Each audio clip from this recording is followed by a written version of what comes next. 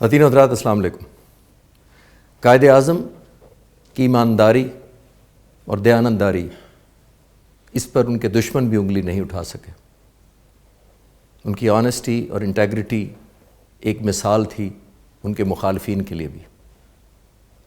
ہم سب جانتے ہیں کہ آخری دنوں میں قائد اعظم زیارت رہے زیادہ تر وقت، نڈھال رہتے تھے، طبیعت اتنی زیادہ خراب ہوتی تھی کئی دن تک بات نہیں کر سکتے تھے۔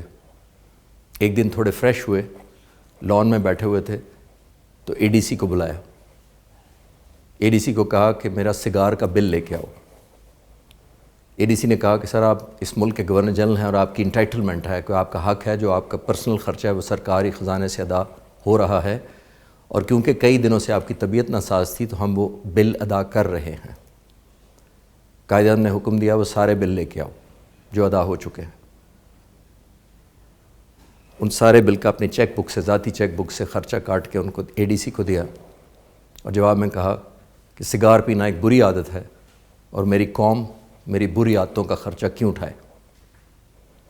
ایک اور موقع پر جب قائد اعظم کی طبیعت اور زیادہ خراب ہوئی تو بدقسمتی سے ان کا وزن کم ہونا شروع ہو گیا۔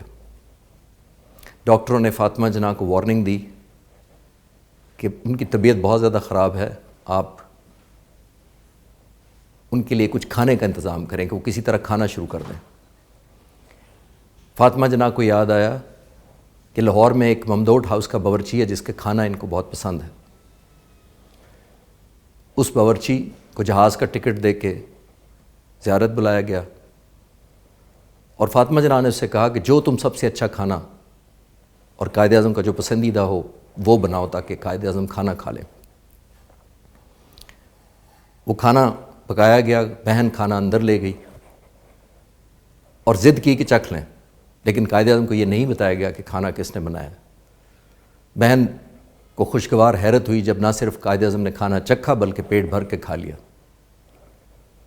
برتن اٹھوائے گئے، باہر خوشی کا سماں تھا کہ قائد اعظم نے پیٹ بھر کے آج کھانا کھایا۔ تھوڑی دیر بعد اے ڈی سی کو اندر بلایا اور قائد اعظم نے کہا کہ یہ کھانا کس نے بنایا تھا۔ قائد اعظم کے سامنے کسی کو جھوٹ بولنے کی بھی ہمت نہیں تھی۔ اس نے سچ بتایا کہ سر جو لاہور کا ممدوٹ ہاؤس کا باورچی ہے اس کو ہم نے جہاز پہ بلا لیا تھا کیونکہ آپ کی زندگی خطرے میں تھی۔ قائد اعظم نے کہا اس کو بلاؤ، اپنی ذاتی چیک بک سے اس کا جہاز کا ٹکٹ کا خرچہ اس کو واپس کیا اور انگریزی میں کہا اس کو واپس بھیج دو، یہ غریب قوم ہے جو میرے منہ کے ذائقے کے لیے اس عیاشی کی متحمل نہیں ہو سکتی۔ خواتین حضرات، یہ تھے قائد اعظم محمد علی جناح، ان کی ایمانداری اور ان کی انٹیگریٹی۔ ایک اور دفعہ کا ذکر ہے کہ قائد اعظم بامبے سے بعد الہ آباد اپنا ایک مقدمہ لڑنے کے لیے تشریف لے گئے۔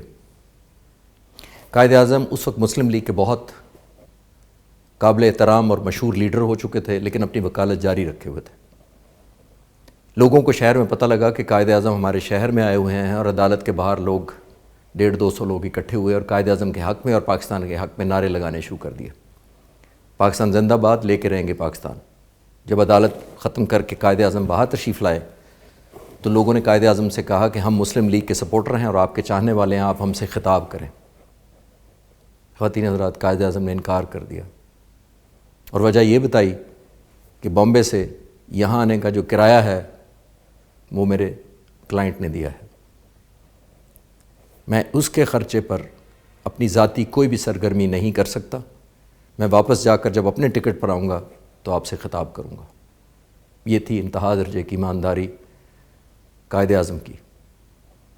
زیارت میں سردی بہت زیادہ تھی، صرف 2 روپے کی جراب ان کے لیے منگوائی گئی، گرم جرابیں، اور ملکی خزانے پر نہ بوجھ بننے والا یہ بابا قوم، یہ کہہ کر انہوں نے وہ جرابیں واپس کروا دیں کہ مجھے اتنی سردی نہیں لگتی اور یہ فضول خرچی ہے۔